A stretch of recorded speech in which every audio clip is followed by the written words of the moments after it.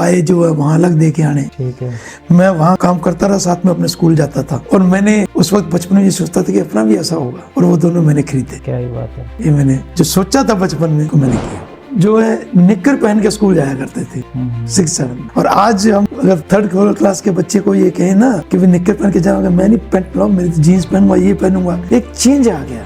महाभारत का समय था, तब जो एक बच्चे ने गर्भ में बात सुनी थी अर्जुन के बेटे ने कि चक्रव्यूह को कैसे एंटर करना है, वो तो वो गर्भ में सीख गया, और आगे उसकी मदर सो गई तो वो ये नहीं सुन पाया कि बाहर कैसे निकलना है। आपने हायर एजुकेशन लेने के बाद एक बड़े शहर जहाँ पे आप और ज्यादा कर सकते थे, तो अपने गतसिंहपुर को ही चुना और यहीं पे आपने मतलब सेवाएं दी हैं हमेशा। क्या कारण रहे इसके? पास्ट में जो बुजुर्ग थे या पुराने बंदे थे वो दवाई नहीं लेते थे जल्दी से। हमारी दादी जी ने पूरी उम्र इंजेक्शन नहीं लिया, लगभग 90+ एज में उनकी डेथ हुई, और लास्ट वाले डे पे इंजेक्शन लगा था उनके। तो वो कोई साइकोलॉजिकल फैक्टर भी आए हैं कि बंदे को वैसे ही मतलब दवाई लेने का शौक हो गया, भी जल्दी जल्दी ले लेते हैं, वो नहीं लेते थे और वो ठीक भी हो जाते थे। तो वो क्या चीज़ थी, वो भी तो देखा। दूसरा क्या है कि हमारा जो ब्रेन में ऐसी ताकत है कि अगर हम सोच लें ना कि हमें ये करना है, तो मेरी ये सोच है कि दुनिया की कोई ताकत उसको रोक नहीं सकती। मुझे जीना है अपने लिए भी और समाज के लिए भी। जो भगवान ने अगर मुझे कुछ दिमाग ऐसा दिया है कि मैं लोगों की सेवा कर सकूं, मेडिकल प्रोफेशन के नाते, फेंक दी सिगरेट, उसके बाद जिंदगी में कभी हाथ ही नहीं लगा। मैं इसके लिए अपने समाज को दोषी मानता हूँ। पहले आपको हमारे टाइम की मैं बात बताता हूँ कि हम कंचे की गोलियां खेलते थे, और गली में कोई बुजुर्ग आ जाता तो वो देख के मैं डांट देता था, कान पे लगाऊंगा, छोड़ दो इसको, हम डर जाते थे। लेकिन आज जो हमारा समाज बन गया है, हम अपने बच्चों को ही नहीं रोक पाएंगे। तो एग्री बेस्ड इंडस्ट्रीज अगर यहाँ डेवलप की जाए, जैसे अपने मोटर मशीनें बनती हैं, थ्रेशर्स बनती हैं, तो ये कहाँ कोटा तक जाती हैं। अगर ऐसी हमारी यहाँ पे एग्री बेस्ड इंडस्ट्री लग जाए, प्रोसेसिंग हो हमारी, तो हमारे लोगों को रोजगार मिले। यहाँ पे जब रोजगार मिलेगा तो थोड़ा नशा भी कम हो जाएगा कि जो हम अपने पशुओं को खाने के लिए देंगे उसके दूध पे वो असर है। क्योंकि स्वास्थ्य का सबसे बड़ा जो पायदान है वो वॉकिंग। जितनी आप वॉकिंग करोगे, शरीर भी स्वस्थ रहेगा, दिमाग भी स्वस्थ रहेगा, बचत भी होगी। घी के बारे में बताइए कि अक्सर कहते हैं कि बीपी प्रॉब्लम होने लग जाती है घी खाने से। घी नहीं खाना चाहिए। गुरु टॉक्स पर मैं आपको आज एक ऐसी शख्सियत से मिलवाने जा रहा हूं जिन्होंने अपना पूरा जीवन सेवा और समर्पण को समर्पित कर दिया। 1956 में गतसिंहपुर में जन्म, उसके बाद यहीं से स्कूली शिक्षा, फिर GAMS की स्टडी रोहतक हरियाणा से। गवर्नमेंट जॉब लगने के बावजूद उन्होंने अपने ही कस्बे को चुना अपना सेवा क्षेत्र। यहाँ पे पिछले 47 वर्षों से सेवा निभा रहे हैं एक डॉक्टर के रूप में। चिकित्सा के साथ साथ वो सामाजिक कार्यों में भी बढ़ चढ़कर आगे रहे। मैं बात कर रहा हूं डॉक्टर भूपेंद्र जी शर्मा की, जिनको हम सब जानते हैं डॉक्टर गुड्डू के नाम से। आइए बातचीत करते हैं उनसे, उनका एक्सपीरियंस जानते हैं लाइफ का, और बहुत सारी इंस्पिरेशन लेते हैं।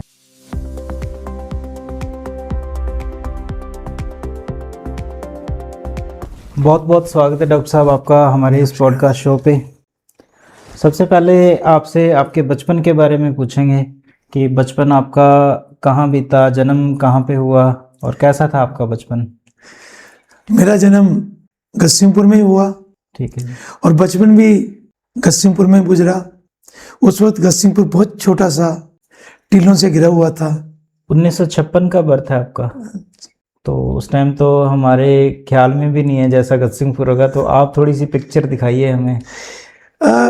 गतसिंहपुर पेट्रोल पंप जो है पदमपुर रोड पे, हाँ जी, इससे आगे टीले थे। ठीक है। वहां पे खेलना। ठीक है। और गतसिंहपुर का जो नक्शा भी था, हर एक 145 फुट के ब्लॉक के बाद 145 फुट का पार्क था। ठीक है। छोड़ा हुआ, वो खाली जगह थी। ठीक है। वहां पे खेलना। ठीक है। बचपन गुजरा, पतंग उड़ाना। ठीक है। गिल्ली डंडा खेलना। ठीक है। लुकन छुपाई खेलना, ये उस वक्त के परमानेंट गेम थे। आपके बचपन में पढ़ाई भी यहीं पे? हाँ, मेरी 7th तक मैं गतसिंहपुर में पढ़ा। ठीक है।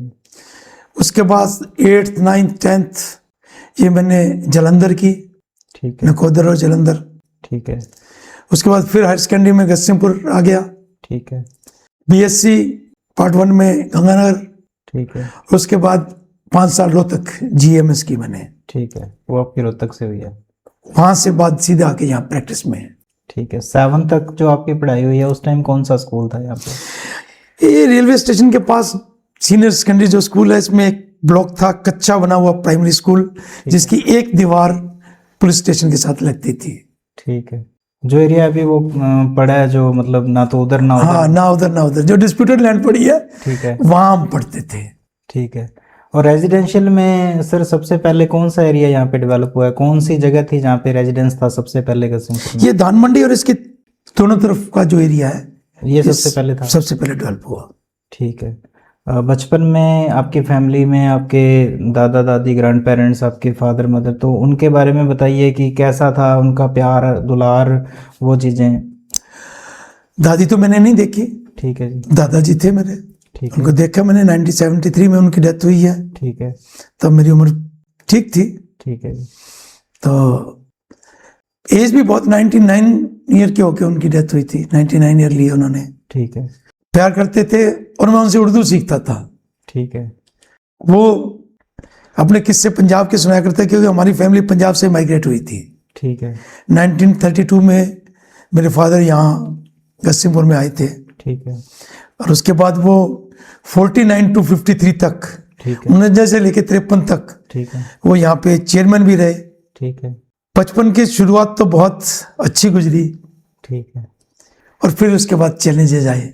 बचपन में ही चैलेंजेस का सामना करना पड़ा। तो क्या दिक्कतें आई उस टाइम जो आपने फेस करी, तो कैसे उनसे उभरे? हमारी जो फादर डॉक्टर थे, लेकिन उनकी ये सोच थी कि भी यहाँ इंडस्ट्री डेवलप होनी चाहिए, तो उन्होंने यहाँ पे इंडस्ट्री लगाई थी कॉटन की। ठीक है, उस वक्त यहाँ पे प्रेसिंग सिस्टम नहीं था। ठीक है, उस टाइम बोरों में भर के कॉटन बॉम्बे जाके बिकती थी। ठीक है जी। तो 1958 के पास उन्होंने कॉटन बॉम्बे भेजी थी, ठीक है, जिसमें उनको उस वक्त लगभग 90,000 का लॉस लगा था। ठीक है। क्या कारण रहे लॉस के? लॉस के कारण एक तो बारिश से उसका क्वालिटी का डैमेज हो जाना, ठीक है, और दूसरा रेट का ठीक है, फ्लक्चुएट कर जाना। ठीक है, तो उस लॉस से उबरने में एक वक्त लगा, ठीक है। और उसमें हमारा बचपन गुजरा। तो उस टाइम आपको वो समझ थी सारी उस लॉस की? उस लॉस की तो समझ नहीं थी, लेकिन क्योंकि मेरे बचपन के दोस्त मेरे फादर थे, मेरा ज्यादातर समय अपने फादर के साथ गुजरता था। ठीक है, वही मुझे पतंग भी बना के देते थे, मोड़ आता था, ठीक है, और उनके साथ मैं खेलता भी था, और उनकी सेवा करना में मजा आता था। ठीक है, तो उनके एक्सप्रेशंस, उनकी बातों से मैंने, जब मैं 7th क्लास में था, उम्र मेरी 13 साल थी, ठीक है, तब मैंने ये महसूस कर लिया था कि उस लॉस ने मेरे फादर को थोड़ा सा तोड़ दिया है। ठीक है, तो मैंने उसी वक्त से अपनी पढ़ाई के साथ साथ मेहनत करनी शुरू कर दी। ठीक है, और मजे की बात ये है, आज मैं आपको बता रहा हूँ कि उस वक्त 2 लकड़ी के आरे हुआ करते थे यहाँ पे मशहूर। ठीक है। 3 थे वैसे तो। अर्जन सिंह जी का 37 वाला तो अलग था, हाँ जी। प्रीतम सिंह जी का था, एक लाठी जी का था। ठीक है, मैं वहां काम करता था ठीक है। उस एज में? उस एज में मेरी ड्यूटी होती थी ठीक है, कि सुबह चिरी हुई लकड़ी, ठीक है, उसके शाम को उसका बालन गट्टू वो बेच के आना, ठीक है, और पाए जो है वहां अलग दे के आने। ठीक है, मैं वहां काम करता रहा, साथ में अपने स्कूल जाता था। ठीक है, और मैंने उस वक्त बचपन में ये सोचता था कि अपना भी ऐसा होगा, और वो दोनों मैंने खरीदे। ठीक है। क्या ही बात है। ये मैंने जो सोचा था बचपन में, ठीक है। उसको मैंने किया।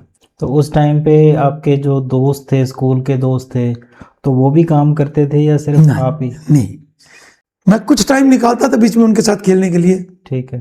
तो आजकल जैसे बच्चों को फील होता है कि मैं काम क्यों करूं, मेरे दोस्त नहीं करते, तो उस टाइम आपको भी ऐसा कुछ महसूस होता था? नहीं, एक्चुअली क्या है कि जो 2000 के बाद की जनरेशन है, उसकी सोच और 2000 से पहले की जनरेशन की सोच में एक बहुत बड़ा अंतर आ गया। बिल्कुल। क्योंकि हमारे टाइम में दुनिया बहुत बड़ी थी। हम पद्मपुर भी जाते थे तो 4 में होता था कि पद्मपुर जाना है आज। कंगना तो बहुत दूर था, साइकिल लेके निकल लेते थे। निकल लेते थे। फौज वाला मेला होता, साइकिल लेके पैदल। आज दुनिया होगी छोटी, एक मोबाइल में सिमट गई। यहाँ से आप बैठे चाहे इंग्लैंड देख लो, कनाडा देख लो, ऑस्ट्रेलिया देख लो, दिल्ली देख लो, जो मर्जी जहाँ मर्जी बात कर लो। दुनिया छोटी हो गई ना, शो ऑफ भी बढ़ गया। शो बढ़ गया। देखने ज़्यादा लग गए लोगों को। पहले इतना ऑब्जर्वेशन नहीं थी नहीं और था। कोई ऐसी शर्म वाली कोई बात ही नहीं थी। नहीं थी। सही हम बात कही आपने कि 2000 से ये पहले नहीं था ऐसा जो। 6th 7th में हम जो है निक्कर पहन के स्कूल जाया करते थे, 6th 7th में। और आज हम अगर 3rd क्लास के बच्चे को ये कहें ना कि वे निक्कर पहन के जाओगे, मैं नहीं पैंट लाऊं, मेरी तो जीन्स पहनूंगा, ये पहनूंगा। एक चेंज आ गया। क्या कारण रहे इन चीज़ों के पीछे? लाइन में रहे हो तो क्या मेन कारण क्या रहे हैं ये सोच परिवर्तन के पीछे? ये अपने इसी को दे सकते हैं श्रेय इसका कि मोबाइल फ़ोन, ग्लोबलाइजेशन। यस, सबसे बड़ी चीज ये आई है कि जब कंप्यूटर क्रांति हुई ना, हाँ जी। टेलीविजन आया, कंप्यूटर क्रांति हुई, उसके बाद मोबाइल आ गए, दुनिया छोटी होती गई। एक चीज। दूसरा क्या है कि आज अपने हिंदू धर्म में एक बहुत बड़ी, आपने सुना होगा कि जब महाभारत का समय था, हाँ जी। तब जो एक बच्चे ने गर्भ में बात सुनी थी अर्जुन के बेटे ने कि चक्रव्यूह को कैसे एंटर करना है, वो गर्भ में सीख गया। और आगे उसकी मदर सो गई तो वो ये नहीं सुन पाया कि बाहर कैसे निकलना है। तो जो प्रेगनेंसी के टाइम में मदर का बिहेवियर होता है, उससे बच्चे पे बहुत बड़ा इफेक्ट पड़ता है। आज मदर मोबाइल देखती हुई प्रेगनेंसी के टाइम में जो करती है, वो उस बच्चे के पे असर तो जाता है। ये हमें महाभारत के टाइम से ही पता चल गया था। इसीलिए हम ये कहते हैं कि जब औरत प्रेग्नेंट हो तो उसके कमरे में गुरुओं की, देवताओं की, बड़े बड़े महापुरुषों की फोटोएं लगी होनी चाहिए ताकि बच्चे पे उसका इफेक्ट जाए। आज जब मदर ही मोबाइल देख रही है, टीवी देख रही है, और बच्चे पे तो इफेक्ट जाएगा ना। बाद में महसूस होता है कि क्या सिखा दिया है, क्या सिखा दिया। सही है। आज बच्चा जो 2 साल का बच्चा है, वो मोबाइल देखते देखते ही खाना खाता है, मोबाइल देखते देखते दूध पीता है। अगर मोबाइल बंद करता है वो दूध बंद कर देगा, तो हम सिखा रहे हैं उसको। सही। अंतर तो आ रहा है ना। तो ये लगता है आपको कि ये चीज़ें इंसान सोचने लगेगा और कभी ये चीज़ें वापस सही होंगी? सोचना पड़ेगा, सोचना पड़ेगा। आज पेट्रोल है, उसका एक महत्व है। हमें बाइक चलाना है तो पेट्रोल यूज करें, लेकिन अगर उसको कोई अपने बदन को जलाने के लिए इस्तेमाल करता तो गलत है ना। इसी तरह से मोबाइल एक ठीक है कि हमारा कनेक्टिविटी बढ़ गई, हम हर चीज को क्लोज वॉच कर सकते हैं, लेकिन इसके जो दुष्प्रभाव है उसको सोच के हमें छोड़ना पड़ेगा। वो चीजें छोड़नी पड़ेगी। आएगा ऐसा समय सर, थोड़ा सा आप आना पड़ेगा। हर चीज का एक लास्ट तो होता ही है। सोच रहा है लेकिन मतलब वैसा एक्शन नहीं ले रहे, हम इससे जकड़ते जा रहे हैं। आज आप देखिए, बच्चे गेम खेल खेल के सुसाइड तक कर रहे हैं, बिल्कुल मर्डर कर रहे हैं, चोरियां कर रहे हैं। जब हम इसके दुष्प्रभाव को जानेंगे और उसकी पीड़ा किसको भुगतनी पड़ेगी, समाज को, तब समाज इसके बारे में सोचेगा, तब इसका यूज जो प्रॉपर है तब किया जाएगा। यूजफुल बहुत है ये चीजें, बहुत है। एआई जब से आया और बहुत इतना है। टाइम बचा दिया, लेकिन नुकसान भी है। नुकसान भी है। हर चीज का नुकसान तो होता है ना। बिल्कुल। जब भी हम किसी चीज को इस्तेमाल करते हैं, हमें उसके फायदे के साथ उसका नुकसान का पता होना चाहिए, और नुकसान से बचाव के तरीके भी पता होना चाहिए। बिल्कुल। फिर तो हम उसका सही इस्तेमाल कर सकते हैं, वरना मुश्किल है। समझना पड़ेगा सबसे पहले माँ बाप को, उनको अपना रूटीन बदलना पड़ेगा, अपना पैटर्न बदलना पड़ेगा, फिर बच्चे बदल सकते हैं। मैं एक छोटा सा एग्जाम्पल बताता हूँ जी। मैं देखता हूँ बाइक है, हमारी सुविधा के लिए है, बिल्कुल, टाइम सेव करने के लिए। छोटे छोटे बच्चे बाइक लेके चल रहे हैं, बहुत तेज चलाते हैं, बहुत तेज चलाते हैं। उसका दुष्प्रभाव क्या है? एक्सीडेंट हो सकता है, होते भी हैं, होता है। मेरा बेटा डॉक्टर है, 10th क्लास में उसकी एज थी 17 साल की। हाँ जी। वो बाइक चलाने लगा, मैंने रोक दिया। मैंने नो, जिस दिन 18 साल के हो जाओगे आपका लाइसेंस बन जाएगा, आप बाइक चला लेना, उससे पहले मैं आपको अलाउ नहीं करूंगा बाइक चलाने की। वो आज भी इस चीज के लिए सोचता है कि पापा आपने मेरे को चलाने नहीं दी थी। और ये प्रेरणा सभी को लेनी चाहिए। जब हमारा दिमाग मैच्योर होगा, हम किसी चीज की अच्छाई बुराई को समझने लगेंगे, तभी हमें उसका इस्तेमाल करना होगा ना। आज हमें जिसके बारे में पता ही नहीं है, हम इस्तेमाल करें उस चीज को जिसके बारे में हमें जानकारी नहीं है। आज बच्चा ये नहीं जानता कि मैं स्पीड में चलूं, वो उसको एक एक्साइटमेंट होती है, वो और तेज भगाता है, लेकिन उस तेजी में उसका नुकसान क्या होगा उसको ये नहीं पता। जब वो समझने लग जाए तो चलाए बाइक, कोई दिक्कत नहीं। बिल्कुल। लेकिन चीज तो ये है कि हम प्यार में थोड़ा सा छूट ज्यादा दे देते हैं, जिससे थोड़ा सा नुकसान हो बाद जाता में है। फिर अगर कुछ हो जाता है तो हम पछताते हैं उस बात को लेके, तब पछताने से कुछ होता नहीं है। इसमें कई बार कहते हैं कि जो होना है वो तो होना ही है, लेकिन अगर अपने प्रायिकता को समझें, संभावना को, प्रोबेबिलिटी को, तो कहीं ना कहीं अगर बचाव करेंगे तो संभावना तो घटी जाएगी। भगवान ने भी तो कहा ना भी आपको कर्म करना है। अगर हम ये आज आप इंस्टीट्यूशन चला रहे हैं या मैं डॉक्टरी कर रहा हूँ, अगर मैं कुछ होना ही है, मेरे पास पैसे आने हैं तो आ जाएंगे, मैं घर क्यों ना बैठा रहूं? नहीं आएंगे ना। तो कर्म तो करना पड़ेगा, लेकिन कर्म सही हो, सही रास्ता हो, तभी फायदा है। सिर्फ कॉलेज लाइफ आपकी थोड़ी सी याद करके बताओ कि आप गंगानगर में बीएससी आपने, मैंने फर्स्ट ईयर गंगानगर में किया, गवर्नमेंट कॉलेज में। ठीक है। उसके बाद मैं रोहतक चला गया, वहां मैंने 5 साल का जीएमएस कोर्स किया।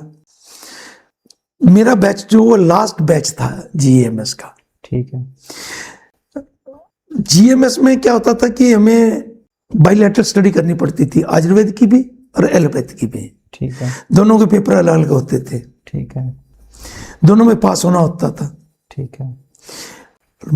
मेरा बैच जो लास्ट 79 में निकला है, उसके बाद ये खत्म हो गया जीएमएस, प्योरली बीएमएस कर दिया, जिसको प्योरली आयुर्वेदिक कर दिया। ठीक है। तो हमारे जो बैच था वो लास्ट बैच था जीएमएस का। तो रोहतक हरियाणा में जाके मैंने वो वहां पे पढ़ाई के अलावा उस कॉलेज लाइफ में और क्या शौक थे आपके? मेरा शौक स्टेज था। ठीक है। थिएटर। ठीक है। मैं यूनिवर्सिटी में प्ले कंपटीशन होता था, इंटरस्टेट प्ले कंपटीशन होता था टैगोर थिएटर चंडीगढ़ में। ठीक है। वहां भी जाते थे। तो थिएटर का शौक सर आपको कॉलेज में जाके हुआ या स्कूल टाइम से था? नहीं, मैं स्कूल टाइम से भी कल्चरल एक्टिविटी में मेरा इंटरेस्ट था। ठीक है। पोएम्स लिखता था मैं। ठीक है। आज भी लिखता हूँ। ठीक है। मैंने कभी पब्लिश नहीं करवाई। ठीक है। पब्लिश करवानी चाहिए आपको। हाँ, मैं लिखता हूँ और मेरा उसमें लिखने का जो पेशा वो समाज, देश, ठीक है, इसके ऊपर फोकस रहती है। ठीक है। तो थिएटर में भी मैं खुद लिखता था। एक मैंने एड्स के ऊपर इनिशिएटिव लेके सबसे पहले एक सीरियल भी बनाया था। ठीक है।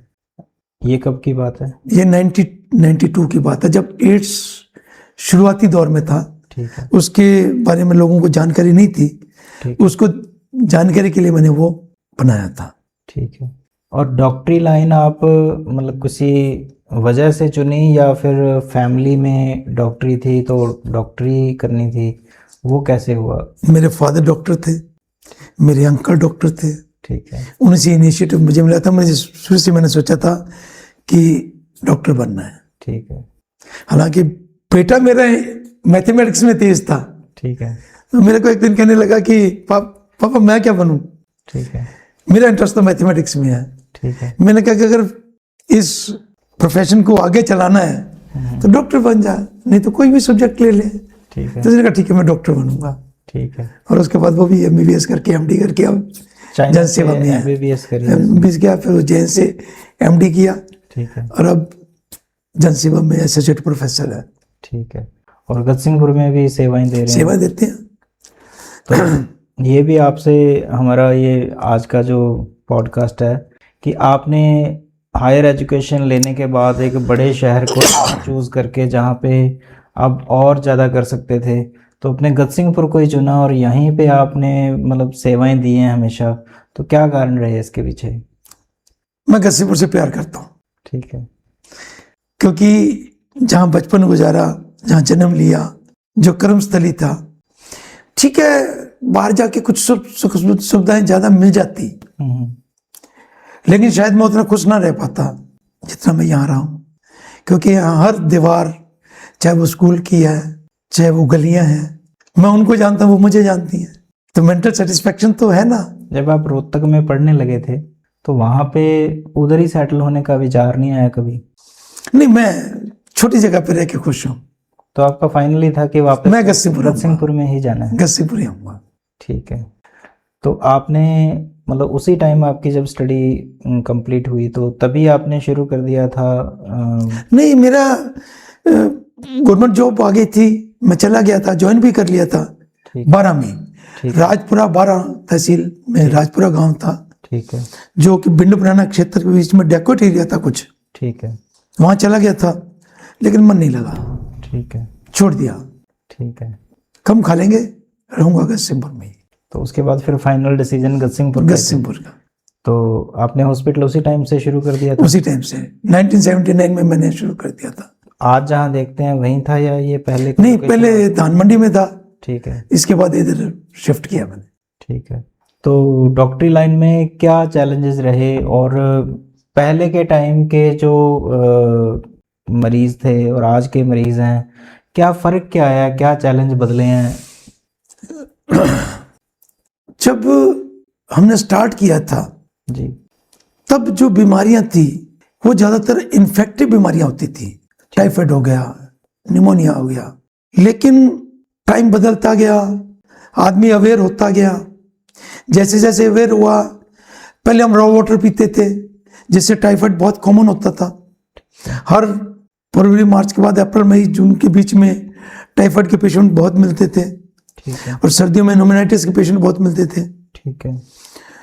जब आदमी अवेयर हो गया तो ये इन्फेक्शियस डिजीजेस बहुत कम हो गई। ठीक है। आज आप देखोगे तो टाइफाइड के पेशेंट नहीं मिलते हैं। हाँ जी। निमोनिया के पेशेंट बहुत कम मिलते हैं। आज जो हमारे लिए चैलेंज है दैट इज वायरस। ओके। और सबसे बड़ी विडंबना की बात ये है कि हम वायरस में कुछ कर नहीं सकते। ठीक है। वायरस अपनी बॉडी उसके अगेंस्ट इम्यूनिटी बनाएगी, तभी हम उससे उबर पाएंगे। इन्फेक्शन को तो हम एंटीबायोटिक से कंट्रोल कर लेंगे, लेकिन वायरस, जैसे आपने देखा कोविड आया, तो कोविड में क्या था कि हमारे पास कोई स्टार्टिंग में कोई इलाज नहीं था। बिल्कुल। हम बॉडी की इम्यूनिटी बनने देते थे। तो आज जो चैलेंजेस है, हम देखते हैं पेशेंट, तो उसमें इन्फेक्शियस डिजीजेस के कम मरीज मिलते हैं, वायरस के ज्यादा मिलते हैं। और कहीं ना कहीं दिनचर्या की वजह से इम्यून सिस्टम वीक भी है। इम्यून सिस्टम वीक हो गया, हमारे डाइटरी फैक्टर्स, हम वेस्टर्न फूड की तरफ ज्यादा अग्रेसिव हो गए, चाइनीज फूड की तरफ ज्यादा अग्रेसिव हो गए। जो हमारी पारंपरिक भोजन थे वो कम होते गए, इम्यूनिटी कम होने लगी। तो इम्यूनिटी कम होने से वायरस अटैक ज्यादा करने लग गया।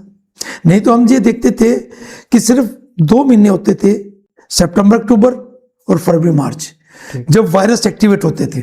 ठीक है। हमारे हमारे पास वायरस के पेशेंट आते थे, मीजल्स हो गई, चिकन पॉक्स हो गया, मम्प्स हो गए, ये वायरस डिजीज 2-3 होती थी। लेकिन अब तो पूरे साल भर चलता है। अब हम दिसंबर जनवरी में भी वायरस डिजीज देख रहे हैं।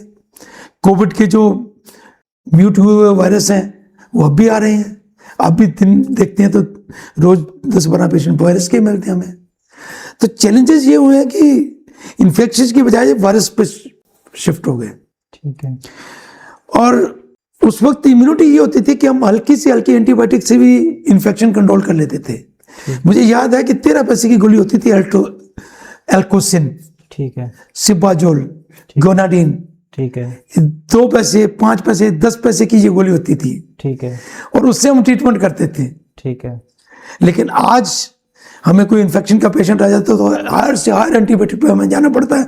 3rd जनरेशन, 4th जनरेशन, तो आगे से आगे हमें बढ़ना पड़ता है।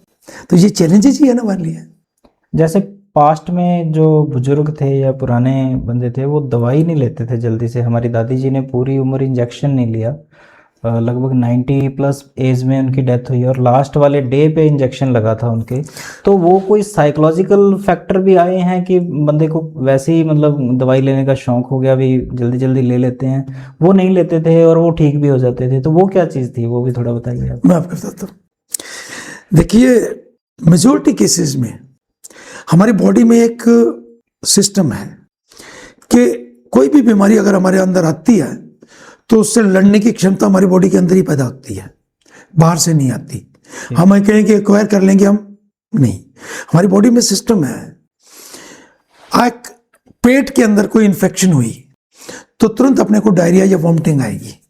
ये हमारी बॉडी का इम्यून सिस्टम है कि वो हमारे शरीर की जो अंदर को गंदगी पैदा होगी उसको बाहर निकाल दे, ठीक है, हमारे बॉडी को सेफ रखे। ठीक है।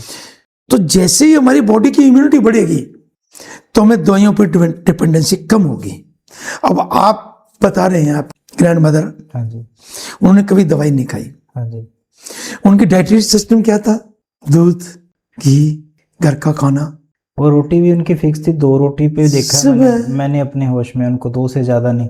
और फिक्स टाइम है, इस टाइम पे खानी है। और चाय भी उन्होंने ऐसे नहीं कि कभी भी पी लो, 2 टाइम फिक्स है, अच्छे से पी लेनी। तो यही तो बॉडी की इम्यूनिटी बनाने में उनकी मदद की ना उसने। ठीक है। खाना हमें जिंदगी के लिए, जीने के लिए खाना चाहिए। खाने के लिए जिएंगे तो बीमारियां आएंगी। वहीं से मतलब मेन फैक्टर वही है, मेन फैक्टर। दूसरा क्या है कि हमारा जो ब्रेन में एक ऐसी ताकत है कि अगर हम सोच लें ना कि हमें ये करना है, तो मेरी ये सोच है कि दुनिया की कोई ताकत उसको रोक नहीं सकती। ठीक है। हमारी बॉडी में चेंजेस आते हैं हमारी सोच के मुताबिक। ठीक है। मैं सोच लूं, मैंने प्रैक्टिकल किया है, ठीक है। This is reality. ठीक है। मैं आपको एक बता रहा हूं, आप डिस्क्लोज कर रहा हूं मेरी बिल्कुल बिल्कुल बताइए। मेरी एक प्रॉब्लम हाँ जी। कि मेरे को एडीपीकेडी एक बीमारी है, ठीक है। ऑटोडोमिसाइल पॉलीसिस्टिक किडनी डिजीज है। ठीक है। उसका दुनिया में कोई इलाज नहीं है, ठीक है। कहीं पे भी कोई इलाज नहीं है। ठीक है। तो आपने उसके प्रति कैसे खुद को तैयार किया? मेरी विल पावर, ठीक है। मैंने कभी भी किसी बीमारी को अपने ऊपर हावी नहीं होने दिया। ठीक है। पर वो हावी नहीं होती अगर अपने नहीं होती, सोच लें तो। नहीं होती। आई थिंक ये चीज भी वर्क करती थी पहले। बिल्कुल वर्क करती है। पॉजिटिव सोच, अगर आपकी विल पावर कमजोर है तो कुछ बीमारियां आपको घेर लेंगी और उसमें आप विल पावर से उभर जाएंगे। मैं कहते मुझे शर्म नहीं आती है कि मैं स्टूडेंट लाइफ में स्मोक करने लग गया। ठीक है। 2003 तक मैंने स्मोक किया, ठीक है। कार्डियक इशू आ गया, ठीक है। मेरे 2 स्टंट पड़े ठीक है। 2003 में। ठीक है। मैंने छोड़ दी स्मोकिंग। मैंने कहा ठीक है, हो गया, अब मुझे जीना है। मैं आज भी उतनी मेहनत करता हूं जितनी मैं आज से 20 साल पहले करता था। मैं आज भी 6 किलोमीटर, 7 किलोमीटर, 8 किलोमीटर रोज पैदल चलता हूं। वो छोड़ने के लिए जो मोटिवेशन अंदर से मिला, वो क्या चीज थी जिसने आपको ये कहा कि अब मेरे को जीना चाहिए और जीना है? वो कैसे आया? मतलब क्योंकि बहुत सारों की प्रॉब्लम है, आपने जिस तरह से उसको हैंडल किया तो क्या पता कईयों को सेध मिल जाए इससे। मैं बता रहा हूं, आपको ध्यान होगा 2002 में हाँ जी। गुजरात में एक अर्थक्वेक आया था 26 जनवरी के दिन। हाँ जी। भुज और बचाऊ में। हाँ जी। मैं उस वक्त चेयरमैन था यहाँ पे। ठीक है। और मेरे कजन पद्मपुर चेयरमैन थे। ठीक है। मैं जैसे ही झंडा रोहन करके घर पे आया तो टीवी ऑन किया तो न्यूज सामने देखी कि भुज और बचाऊ गुजरात में अर्थक्वेक आया है और बहुत बड़ा नुकसान हुआ है, बहुत लोग मर गए। मन में सोच थी कि जाऊं वहां पे, ठीक है। शायद मैं उनके लिए कुछ कर सकूं। ठीक है। मैंने पद्मपुर फोन किया अपने कजन को, वो वहां चेयरमैन थे। मैंने कहा यार मेरी इच्छा है कि मैं भी चलूंगा। इन बिटवीन मैंने थोड़ी सी दिक्कत महसूस हुई तो समझे मैं कार्डियक इशू हो सकता है, मुझे जीना है अपने लिए भी और समाज के लिए भी। क्योंकि जो भगवान ने अगर मुझे कुछ दिमाग ऐसा दिया है कि मैं लोगों की सेवा कर सकूं मेडिकल प्रोफेशन के नाते, फेंक दी सिगरेट। उसके बाद जिंदगी में कभी हाथ ही नहीं लगाया। ठीक है। गया गुजरात, 800 किलोमीटर गाड़ी ड्राइव करके गया मैं। ठीक है। 12 दिन रहे भी। राजकुमार गिरधर जी मेरे साथ थे, ठीक है। मेरे कजन मेरे साथ थे, टीम थी पूरी। 12 दिन हमने वहां देखा, तब समझ आया कि आदमी पैसा पैसा करता है। मेरे पास एक इंडस्ट्रियलिस्ट आया, एक ब्लैंकेट मांगा उसने कि मुझे मेरे लिए नहीं चाहिए, मुझे दोस्त ने पनाह दे दी। मेरी मदर और फादर एक्सपायर हो गए, मेरी वाइफ एक्सपायर हो गई, इस अर्थ में मैं बचा हूँ। मैं तो मेरे दोस्त के पास रह लेता हूँ, लेकिन सामने एक धोबी है, वो खुले में सोता है, उसके लिए एक ब्लैंकेट चाहिए, दे दिया। और उसकी खुद की कॉटन की फैक्ट्री थी। ठीक है। भगवान कब क्या करेगा कुछ नहीं पता, कुछ नहीं पता। तो हम अगर कुछ कर सकते हैं इस समाज के लिए, अपनों के लिए, क्योंकि समाज या ये अगर समझा जाए तो सब अपने हैं, बिल्कुल, समाज के बिना हम नहीं हैं। हम नहीं हैं। आपने पहले भी बताया कि हम टीचर्स तभी हैं जब स्टूडेंट्स हैं, स्टूडेंट है, आप डॉक्टर्स तभी हो पेशेंट है। पेशेंट हैं। तो हाँ। समाज के बिना तो हम इमेजिन ही नहीं कुछ भी नहीं है, कुछ भी नहीं है। और सबसे बड़ी बात, एक और मजेदार बात, आपने ये देखा कितने प्राणी हैं, इंसान भी है, गाय भी है, भैंस भी है, घोड़ा भी है, हर प्राणी। लेकिन एक इंसान किसी का कुछ कर सकता है, इसके अलावा कोई किसी का कुछ कर सकता है तो बताइए आप। उससे काम ले सकते हैं हम, उसको मोल्ड कर सकते हैं, उससे बोझा ढो सकते हैं, उससे दूध ले सकते हैं, लेकिन वो अपनी मर्जी से किसी का कुछ नहीं कर सकते। हम उसका प्रयोग कर सकते हैं, लेकिन एक इंसान ही है, उसको भगवान ने ऐसा दिमाग दिया वो किसी के लिए कुछ कर सकता है। और अगर भगवान ने वो दिया और उसका सदुपयोग ना करे तो फिर तो कसूर किसका है? अपना ही है ना। बिल्कुल, अपने को ही करना पड़ेगा, अपने ही कर सकते हैं। अपने ही कर सकते हैं। और जो चीज़ लग रही है करने वाली है, आई थिंक पहल भी खुद को कर देनी खुद चाहिए, करनी पड़ेगी। क्योंकि फिर तो पीछे काफिला शुरू हो जाता है। शुरुआत करने की दिक्कत होती है। बिल्कुल। और आज की सबसे बड़ी जो प्रॉब्लम बन रही है साथ में नशा, आप भी इसके प्रति जागरूकता या इसमें मतलब जितना मैंने आपके बारे में पढ़ा, मैंने आपके आने से पहले देखा, तो क्या कारण है, क्यों ये नशा मतलब बढ़ता ही जा रहा है, और कोई है ऐसा उपाय कि इसको रोका जा सके? देखिए, ये बड़ी कष्टदायक चीज है, जो क्योंकि हम मेडिकल प्रोफेशन में हैं, हमारे पास अक्सर बच्चों को लेके आते हैं, 16-16 साल के, 15-15, 16-16 साल के, 17-17 साल के बच्चे नशे के आदी होते जा रहे हैं। मैं इसके लिए अपने समाज को दोषी मानता हूं। पहले आपको हमारे टाइम की मैं बात बताता हूं कि हम कंचे की गोलियां खेलते थे, और गली में कोई बुजुर्ग आ जाता तो वो देख के मैं डांट देता था बिल्कुल कि कान पे लगाऊंगा, छोड़ दो इसको। हम डर जाते थे। लेकिन आज जो हमारा समाज बन गया है, हम अपने बच्चों को ही नहीं रोक पाते। गली के बच्चों को तो बहुत बड़ी बात है। बिल्कुल, टीचर का रोल भी चेंज हो गया, अब चेंज हो गया। हमारे टाइम में मुझे याद है, विनोद कुमार जी हुआ करते थे, हमारे सेठी जी, एक गणित के अध्यापक। ठीक है। गलती होती तो हाथ पर डंडे पड़ते थे, हाँ जी, मुर्गा बना देते थे। लेकिन आज आप किसी बच्चे को रोक के दिखाओ, थोड़ा सा डांट भी दिया तो वो घर पे जाकर देगा मिसबिहेव किया मेरे साथ। बिल्कुल, टीचर को कह देते हैं कि बाहर मिले, बाहर मिलना। चेंज आ गया ना, कि हम अपने बच्चे का पक्ष लेने लग गए। लीजिए, बच्चे को पक्ष लेना कोई बुरी बात नहीं है, लेकिन जायज बात पे। लेकिन जब हम नाजायज बात पे उसका पक्ष लेंगे, उसको वहीं से हौसला मिलता है। उसको वहां से हौसला मिलता है। पहले समाज का डर था, फिर परिवार का डर था, फिर माँ बाप का डर था। इन 3 डर के वजह से बच्चा गुजरता था तो बहुत उसको संभलना पड़ता था। आज ना तो समाज का डर है, ना परिवार का डर है, ना माँ बाप का डर है, सबको डर है बच्चे से, सबको डर है बच्चे से। बिल्कुल, तो बिगड़ेगा नहीं बिगड़ेगा। बहुत बुरी हालत है।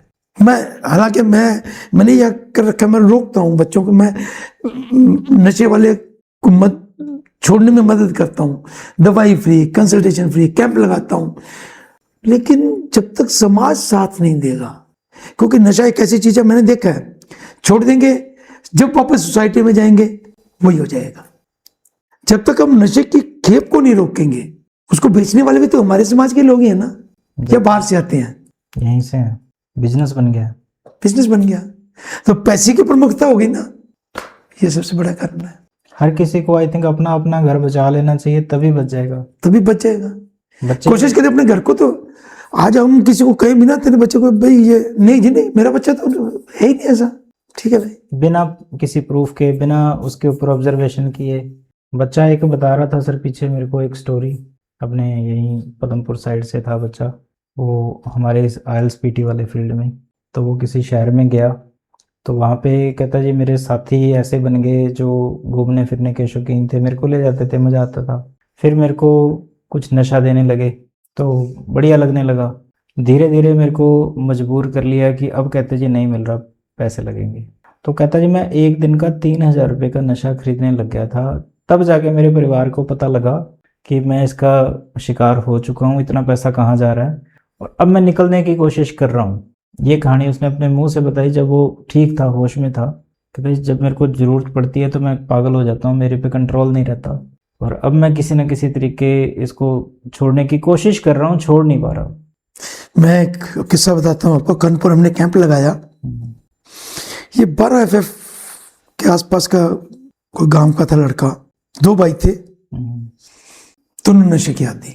उसकी माँ आगे लेके हमने 3 दिन का वहाँ रेजिडेंशियल कैंप लगाया हुआ था कि वहीं खाना वाना सब कुछ वहीं रहो, और उनको मोटिवेशनल स्पीचेस देते थे, मेडिसिन देते थे। कैंप लगा के हम आ गए वहाँ पे, मोटिवेट करके ट्रीटमेंट दे के आ गए। उसके 1 साल बाद मेरा कैंप गस्सिमपुर में था, सत्यनारायण मंदिर में। ठीक है। तो वहाँ वो लड़का आया, मैंने तो नहीं पहचाना उसको। ठीक है। वो मेरी फोटो बना के लाया। ठीक है। कि जी मैं पेंटर हूँ, मैंने ये आपकी फोटो बनाई है, मैंने नशा छोड़ दिया, क्या बात है। और अब मैं काम करता हूँ कानपुर, इस जगह पे काम करता हूँ, पेंटर का काम करता हूँ। उस दिन मुझे इतना आनंद आया कि चलो मेरी मोटिवेशन से, मेरे प्रयास से एक ही जिंदगी तो सुधरी। बिल्कुल। तो कहने का मतलब है कि अगर हम कुछ करें तो जिंदगी में इससे बड़ा तो सुकून कोई मिलता ही नहीं। ये समाज के हर व्यक्ति का दायित्व है कि अगर वो उसके अपने आसपास कुछ गलत होते देखता है तो उसको नशे का विरोध करना चाहिए। सर, नशे के साथ साथ रोजगार भी एक प्रॉब्लम है हमारे कस्बे की, हमारे देश की, तो इसके बारे में आपके क्या विचार हैं? बहुत बड़ी समस्या है रोजगार की। उसका कारण जो हमारी आर्थिक स्थितियां हैं वो है एग्रीकल्चर डिपेंडेंट। एग्रीकल्चर में बहुत संभावनाएं हैं अगर हम उसका सही सदुपयोग करें। ठीक है। क्योंकि यहाँ इंडस्ट्री नहीं है। हाँ जी। इनिशिएटिव लेना पड़ेगा। ठीक है। क्या कर सकते हैं? हम एग्रीकल्चर में ही बढ़ावा दे सकते हैं, नए नए रिसर्च करके, नए नए प्रोडक्ट्स पे। कई जैसे अब अपने साधु शहर की गाजर, टिंडा, अबोर के पास का किन्नू, ऐसे ही हम अगर यहाँ अपने आसपास सोचें तो किस प्रोडक्ट को हम बढ़ावा दे सकते हैं, किसकी प्रोडक्शन हम, क्योंकि ग्लोबलाइजेशन के बाद आजकल दुनिया हो गई छोटी। आप यहाँ से चाहे कनाडा माल भेज दो, या लेकिन आपके पास प्रोडक्शन तो चाहिए ना। बिल्कुल। तो हमें इसके प्रयास करने पड़ेंगे कि हम एग्रीकल्चर बेस्ड इंडस्ट्री। ठीक है। क्योंकि कोई भी इंडस्ट्री के कामयाब होने के 2 ही कारण होते हैं। एक तो ये होता है कि वहाँ उसकी मार्केट हो, सेल हो जाए जहाँ, या जहाँ पे रॉ मटेरियल हो।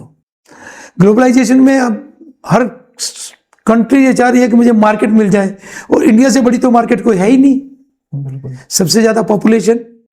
तो अगर हम उस हिसाब से सोचें तो एग्री बेस्ड इंडस्ट्रीज अगर यहाँ डेवलप की जाए, जैसे अपनी मोटर मशीनें बनती हैं, थ्रेशर्स बनती हैं, तो ये कहाँ कोटा कोटा तक जाती हैं। अगर ऐसी हमारी यहाँ पे एग्री बेस्ड इंडस्ट्री लग जाए, प्रोसेसिंग हो हमारी, तो हमारे लोगों को रोजगार मिले यहाँ पे। जब रोजगार मिलेगा तो थोड़ा नशा भी कम हो जाएगा। बिल्कुल। एक रीजन तो ये भी है। ये भी रीजन है कि हमारे बच्चों को रोजगार नहीं मिलता। सर, पहल कौन करेगा? क्योंकि एक सिंगल बच्चे के लिए अगर अपने बोले कि बच्चा एक बार जो समाज का हित चाहता है उसको पहल करनी पड़ेगी। जरूरी नहीं है कि हम पैसे के लिए सब कुछ करें। एक लाइफ का एम होता है, एक टाइम होता है। अब मान लीजिए मैं हूं, मेरे बच्चे सेटल्ड हैं, बिल्कुल, तो मुझे इनिशिएटिव लेने में कोई दिक्कत नहीं है। मैं ले भी रहा हूँ, कोशिश कर रहा हूँ कि मैं एक ऐसी एग्री बेस्ड इंडस्ट्री यहाँ बड़ी खड़ी कर दूँ जिससे कि लोगों को रोजगार मिले। ठीक है। मेरा कोई मोटिव वहाँ पैसा कमाना है ही नहीं। ठीक है। भगवान की दया से 3 बच्चे मेरे सेटल्ड है, वाइफ को पेंशन आती है, मैं पेशेंट देख लेता हूँ, तो मुझे पैसे की कोई लालसा तो है नहीं। ठीक है। तो हम ऐसे लोग, हम लोगों को चाहिए, हम लोग इनिशिएटिव लें। आपने शुरुआत करी है। मैंने शुरुआत की है, मैं चाहूंगा और भी लोग शुरुआत करें। ठीक है। एग्री बेस्ड इंडस्ट्री से लगाएं। हो सकता है कुछ कम इनकम हो, ठीक है। हो सकता है आपको कुछ नुकसान भी उठाना पड़ जाए, लेकिन समाज के लिए अगर नुकसान भी उठाना पड़ेगा, आने वाली पीढ़ी के लिए कुछ नुकसान भी उठाना पड़ेगा, तो कोई नुकसान नहीं है। वो हम एक पीढ़ी को ऊंचा उठा रहे हैं, उसके लिए प्रयास कर रहे हैं, तो हमें उसके लिए क्या दिक्कत है। तो उसके बारे में थोड़ी गाइडेंस जो आपने शुरुआत की है, ताकि सेध मिले किसी को कि हम भी ऐसा कुछ मिलता देखिए, मैंने बताया कि मेरी सोच ये है कि हमारी जो बेल्ट है ना, यहाँ पे कोई खनिज नहीं है, यहाँ पे ऐसी कोई इंडस्ट्री नहीं कामयाब हो सकती जैसे बंगाल में शीशा बनता है, पूरे बंगाल से बाहर आता है, क्योंकि वहां वो प्रोडक्शन है उसकी। अपने मकराना का मार्बल है, हाँ जी, वो ऑल ओवर वर्ल्ड जाता है, क्योंकि वहां प्रोडक्शन है उसकी। तो हमारे प्रोडक्शन क्या है, हमारे एग्री बेस्ड है, मस्टर्ड है, वीट है, मक्का है, ग्वार है, तो ऐसी चीजें जो हमारे यहाँ कॉटन है, इसकी इंडस्ट्री लगेंगी, ठीक है, तब जाके हमें होगा। मैंने लगाई है, मस्टर्ड की है, कोल्ड प्रेस, पहली मशीन पूरे गंगानगर डिस्ट्रिक्ट में पहली मशीन मैं लेके आया था, वो कोल्ड प्रेस है। ठीक है, कारण क्या कि ऑयल में अगर कच्ची घानी का तेल इस्तेमाल करेंगे तो अच्छा लगेगा, ठीक है, स्वास्थ्य के लिए भी अच्छा है, ठीक, पशु आहार बनता है हमारा। ठीक है, मेरी एक मैं थोड़ा सा आपको बताता हूँ थोड़ा सा, कि जो हम अपने पशु को खाने के लिए देंगे उसके दूध पे वो असर आएगा। बिल्कुल ऐसा। हम फीड इस्तेमाल करते हैं, आपने देखा होगा बट्टी वाला फीड आता है, गोली वाला फीड आता है, ये फीड आते हैं बाहर से बन के आते हैं, इतने सस्ते आते हैं। लेकिन सस्ते के साथ अगर हम ये सोचें कि उसके अंदर क्या होगा, जो चीज़ इतनी सस्ती है उसमें यूरिया आता है, ठीक है, नमक होता है, कुछ और केमिकल्स डालते हैं वो, तो हमारे दूध में भी तो वो अफेक्ट आएगा ना।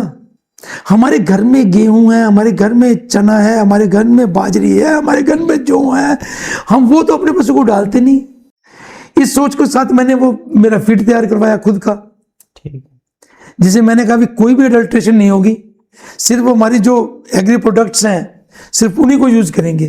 ठीक है, यूज करके हमने फीड बनाया और अच्छे रिजल्ट मिल रहे हैं, ठीक है, दूध भी बढ़ता है, क्वालिटी भी सुधरती है। इसी तरह से मैं 1992 में शुरू से थोड़ा बिजनेस माइंडेड भी था डॉक्टरी के साथ। 1992 में मैं बॉम्बे गया था, वाशी मार्केट सबसे बड़ी मार्केट है, ठीक है, वहां जाके मैंने पता करना शुरू किया कि गेहूं कौन सा बढ़िया सबसे। ठीक है, तो पहले नंबर पे था एमपी गोल्डन, ठीक है, और दूसरे नंबर था हमारे गंगानगर का 1482, ठीक, ऑल ओवर इंडिया में ठीक है, जिसकी डिमांड थी। ठीक है, आज उसकी प्रोडक्शन बहुत कम हो गई, क्योंकि उसका यील्ड कम है, उसकी पैदावार कम है। तो अगर हम उसको थोड़ा और मॉडिफाई करें, थोड़ी सी बढ़ा लें उसी क्वालिटी को, तो हमारा नाम पूरे हिंदुस्तान में रहेगा, नहीं रहेगा 1482 का। हम दूसरी कंपनी पे डिपेंडेंट हो गए, हम उसी में अगर कुछ प्रयोग करते और उसी की क्वालिटी को सुधार करते, बिल्कुल, तो फायदा मिलता। तो बच्चों को जो फार्मिंग फैमिलीज हैं उनको चाहिए ये नीचे, उनको देखो, उनको पढ़ना पड़ेगा, उनको बीएससी एग्रीकल्चर करें, क्योंकि हमारे रोजगार का साधन ही यहाँ एग्रीकल्चर है। बिल्कुल, तो हमें, अगर हम जमीन से जुड़े रहेंगे, एग्रीकल्चर से जुड़े रहेंगे, तब तो हम यहाँ रह पाएंगे। नहीं तो करने के बाद माँ बाप चाहे यहाँ है, हम कोई या तो आईटी में चले गए तो बिल्कुल, किसी बड़े शहर में होंगे, गुड़गांव हो या कहाँ हो, दिल्ली हो, बॉम्बे हो या अलग जगह पे। लेकिन अगर जमीन से जुड़े रहना है फिर तो हमें एग्रीकल्चर की तरफ जाना पड़ेगा। और एक सेक्टर है, बिजनेस सेक्टर है, कि जिनको जॉब नहीं मिल रही है या जॉब में मशक्क़त है, तो अपने घर का बिजनेस है तो उसी को और इम्प्रूव कर सकते हैं बच्चे, उसी में अपनी स्टडी कर सकते हैं, बीएससी एमएससी इन एग्रीकल्चर, तो उसको यूटिलाइज करें। आई थिंक स्कोप है काफ़ी। बिल्कुल है स्कोप। और साथ में अपने जो टाउन्स हैं यहाँ पे, जैसे आप बता रहे हो, इंडस्ट्रीज लगें कि अपना खेतों से प्रोडक्शन होके वहाँ प्रोसेसिंग होके वो चीज़ें अपनी जाएं। हाँ, इसके बहुत बड़ी मार्केट है एग्री प्रोडक्ट्स में। भाई एक मैं छोटी सी आपको बताता हूँ, यहाँ से हमारे बाजरा जाता है और बाजरे की प्रोसेसिंग होकर वापस आ जाती है, ठीक है, वही प्रोसेसिंग हम यहाँ करें ना। सही है। यहाँ से हमारे कोई भी चीज जो बाहर जाती है प्रोसेस होकर वापस हमारे पास आती है, तो वो उसको हम खुद करें तो पैसा भी कमाएंगे और समाज का भी भला करेंगे, 4 लोगों को रोजगार भी देंगे। बिल्कुल सही है। सर, आपका बहुत बिजी शेड्यूल रहता है, जैसे मरीजों को देखना, तो एक तो ये बताइए कि आप पर्सनल और प्रोफेशनल लाइफ में बैलेंस कैसे बनाते हैं, और दूसरा क्या आपके शौक हैं जो आप साथ साथ में करते हो, जो सबको आई थिंक करने चाहिए?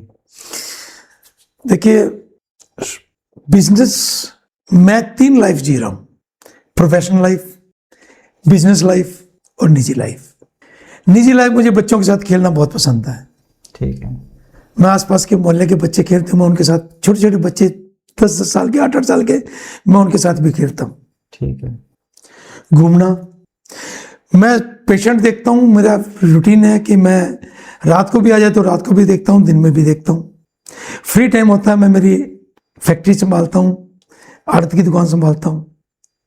उसमें से टाइम निकाल के मैं यारों दोस्तों के साथ गपशप करना, पॉलिटिकल एनालिसिस सुनना, देश की आर्थिक स्थिति, देश की राजनीतिक स्थिति, ठीक है, इनको सुनना 1 घंटा डेली मेरा उस पर ठीक है। करता हूँ। मार्केट के क्या इश्यूज हैं, मार्केट कहाँ चल रही है, हमारी इकोनॉमिक स्टेटस क्या है, हमारे पॉलिटिकल स्टेटस कैसे चल रहे हैं, तो इन चीज़ों को सुनना, ये मेरी दैनिक जीवन में है। और मैं कोशिश करता हूँ कि जितना से ज़्यादा हो जाए मैं पैदल चलूँ। ठीक है। क्योंकि स्वास्थ्य का सबसे बड़ा जो पायदान है वो वॉकिंग है। ठीक है। जितनी आप वॉकिंग करोगे, शरीर भी स्वस्थ रहेगा, दिमाग भी स्वस्थ रहेगा, बचत भी होगी। और लोगों से, आप मोटरसाइकिल से जा रहे हैं तो 10 लोग आपसे के पास से गुजर के आप किसी से हेलो नहीं कर पाओगे, लेकिन आप पैदल जा रहे हो तो 10 मिल के तो हेलो हेलो, शेक हैंड किया, हालचाल पूछा, मिल लिए ना आप। बिल्कुल। समय का सदुपयोग, लोगों के टच में रहो और स्वास्थ्य का हित, इससे बड़ी बात क्या हो सकती है। सर, जिम करते हैं बच्चे, तो क्या जिम सही है जिम करना? देखिए, जिम अगर हम अपने रूटीन में शेड्यूल ऐसा बनाएं कि वॉकिंग करें, एक्सरसाइज करें, योगा करें, तो हमें जिम जाने की जरूरत नहीं है। लेकिन मैंने ये देखा कि जिम लोग बॉडी मेकिंग के लिए बनाते हैं, स्वास्थ्य के लिए नहीं। ऐसा भी होता है सर, जिम छोड़ देने के बाद शरीर डल जाएगा, खराब हो जाता है, खराब हो जाता है, होता है। ये सिर्फ उन्हीं का होता है जो कोई सप्लीमेंट लेते हैं? सप्लीमेंट लेते हैं, या फिर सबका ही हो जाता है? नहीं, देखो रूटीन में जो आप एक्सरसाइज करते हो, जिम में क्या है, एक्सरसाइज, ठीक है।